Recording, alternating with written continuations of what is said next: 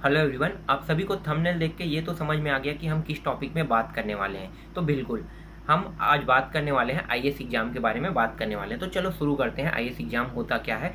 जैसे ही मैं आज न्यूज़ चैनल देख रहा था तो न्यूज़ चैनल में कुछ बच्चों ने जो टॉप किया ना, वो लोग इंटरव्यू दे रहे थे। इंटरव्यू के दौरान उन लोगों ने कहा कि हमें आईएएस बनना है। तो आईएएस कैसे बना जा सकता है, तो इसके बारे में हम चर्चा कर लेते हैं। देखो, आईएएस बनने के लिए जो क्वालिफिकेशन है वो तो ग्रेजुएशन है, ठीक है। आपको 12वीं के बाद आपको ग्रेजुएशन कंप्लीट करना पड़ेगा, तभी आप क्या कर सकते हैं, आईएएस के लिए क्वालिफाइड हो सकते हैं, मतलब आईएएस एग्जाम दिला सकते हैं।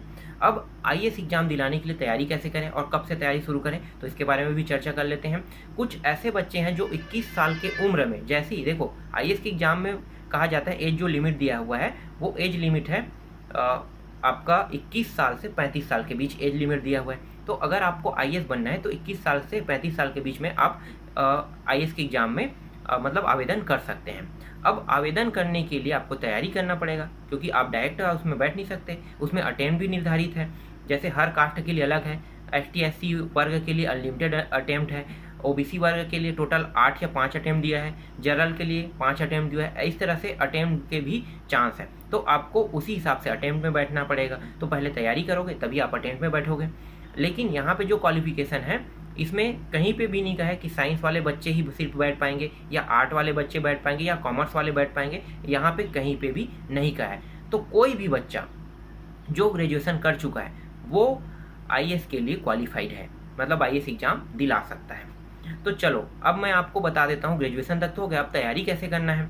तो जो बच्चे ये कह रहे थे कि हमें आईएएस बनना है, ठीक है, अभी जो मैंने इंटरव्यू देखा है उन लोगों का, उनमें कह रहे थे कि हमें आईएएस बनना है। तो वो आईएएस कैसे बन सकता है, आसान नहीं है रास्ते, क्योंकि आईएएस के एग्जाम के बारे में आप देखते हो तो वीडियो भी देखते हो कि बहुत से बच्चे कहते हैं कि भाई हम तो गिव अप कर दिए, हमने छोड़ दिया। क्यों छोड़ दिए, क्योंकि आसान नहीं है, और वो लोग समय जो है ना बहुत ज़्यादा लेट के बाद आईएएस की कोचिंग के लिए गए, इसीलिए वो लोग गिव अप कर देते थे। देखो, अब तैयारी करने के बारे में हम चर्चा कर लेते हैं।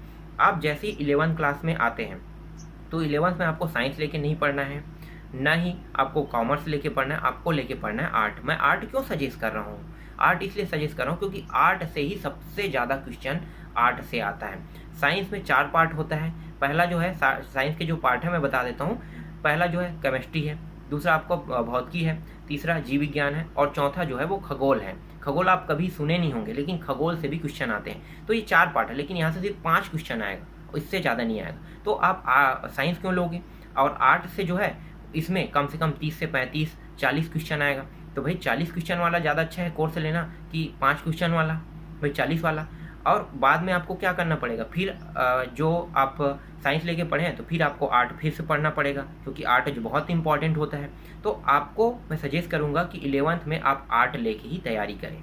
अगर आईएएस बनना चाहते हैं तो आर्ट लेके पढ़ना, 11th और 12th आर्ट में कंप्लीट हो जाएगा। जैसे ही आपका 12th कंप्लीट होता है उसके बाद आपको क्या करना है, आपको कोचिंग सेंटर ज्वाइन करना है। आपको रेगुलर स्टूडेंट नहीं बनना है, कॉलेज में जाके एडमिशन नहीं लेना है। आपको कहाँ पे एडमिशन लेना है, कोचिंग सेंटर में एडमिशन लेना है, क्योंकि 3 साल में आपको वो पूरा कोर्स कंप्लीट करना है। तो अगर आप कॉलेज जाके अगर एडमिशन लेते हैं तो कॉलेज में आपको जो पढ़ाया जाएगा वो तो बिल्कुल आईएएस लेवल का नहीं पढ़ाएगा। उसमें बुक में जो है वही चीज़ पढ़ाया जाएगा, और आईएएस की किताब में अलग पढ़ाया जाता है।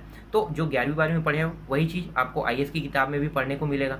इसीलिए आपको क्या करना है, कोचिंग सेंटर ज्वाइन करना है, घर में बैठ के तैयारी करना है। घर में आप अपने घर में नहीं ना, मेरा कहने का मतलब है आप जहाँ पे कोचिंग सेंटर ज्वाइन कर रहे हैं, भाई आप अपने यहाँ तो नहीं रह सकते, आपको सिटी प्लेस में रहना पड़ेगा।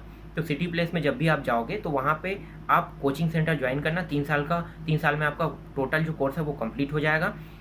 और जब कंप्लीट हो जाएगा, हाँ एक चीज़ और मैं बताना भूल गया कि आपको ग्रेजुएशन भी तो करना है ना, बिना ग्रेजुएशन किए तो नहीं हो सकता। तो ग्रेजुएशन जो है वो प्राइवेट में करना, ठीक है। प्राइवेट का फॉर्म लास्ट जब साल कंप्लीट होने वाला आता है तो कॉलेज वाले बच्चे जो है लास्ट में कॉलेज का जो फॉर्म है उसको भरते हैं, ठीक है। तो लास्ट में आप लोग सिर्फ परीक्षा फॉर्म भरना, और परीक्षा फॉर्म भर के परीक्षा में बैठना है आपको, और इसी तरह से आपको ग्रेजुएशन कंप्लीट करना है। और यहाँ से आप पहले से ही तैयारी कर रहे हैं आईएएस का, तो आपको अलग से तैयारी करने की जरूरत नहीं है कॉलेज का। ऐसे ही आप जाके बैठोगे, ऑटोमेटिकली क्वेश्चन में कुछ भी लिख के आ जाओगे, क्योंकि आईएएस की तैयारी कर रहे हो तो स्वाभाविक है आपसे अच्छे से क्वेश्चन सॉल्व होगा। बिना तैयारी करे आप कॉलेज निकाल लोगे।